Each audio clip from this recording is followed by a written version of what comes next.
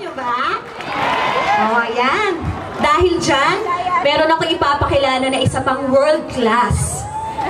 Dahil sa inyo pong pagkakaalam ay, sa hindi nyo pala pagkakaalam, ito pong banda na susunod nating mahahantungan ay sikat na sikat po.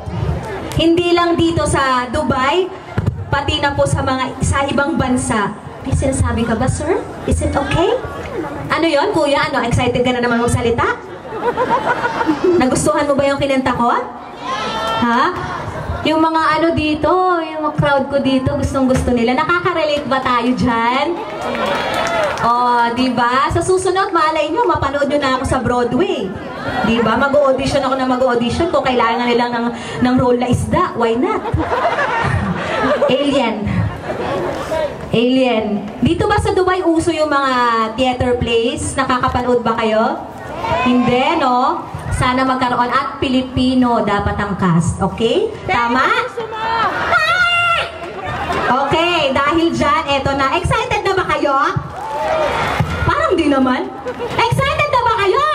Yes! Eto pong bandang to ay kinder pa lang ako. Kilala ko na sila. Tatawa si Kuya. Hindi, kidding aside,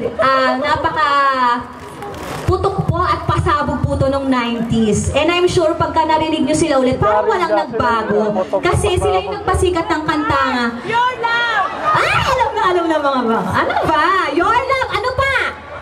Batibot! China Ice! Ay? Ano ba? Batibot! Batibot! Nakakaloka si ate. Diba? Ang ganda-ganda nung kanta nila at marami nang, meron na nag-revive. Sino na ba yung mga nag-revive? Si Eric Santos, ni-revive niya to. Tapos susunod, i-revive ko rin to. Diba? Ito medyo mahaba introduction. Teka lang ha.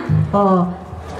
Ito po ay binubuo ng, ilan ba sila? Matitipunong mga lalaki. May long hair, may side bangs. Merong medyo mohawk. Tapos ito may long hair pa. Pero syempre, ang crush ko pa rin yung vocalista. Nakakainis. Kasi alam niyo ba sino kamukha niya?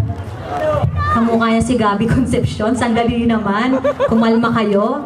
Excited si ate. Feeling mo si Sharon Kate. Ano ka ba? Handa na ba kayo? Handa na! Hindi. Parang mainit ang ulo ni ate doon. Oh. Yung mga gusto lang dyan. Oh, si kuya ba umuwi na? Yung maingay doon? Umuwi ka na ba, kuya? Kumain ka! Kailangan mo yan. Oo, at mag-Western Union ka na ha, alam mo na yan. Tapos magpakabit na rin kayo ng TFC channel. Di naman masyadong mahal, di ba? Tamang-tama naman. Mahal ba? Kaya nyo naman yan. Di ba, te? Pag ganito may naglalak. Oh, sige, go ahead. Nag-CR lang? Marami bang tao? Ayos ba? Blockbuster! Sana makabalik ako dito sa Dubai. Bukas? Uwi na kasi ako eh. Marami ako naiwang labada. Kailangan ko na picture, go. Alam mo na, kailangan prepare ako. Pwede na to, pilita. Kuya, huwag mo kunin yung banda rito kasi medyo ang puson. Putok.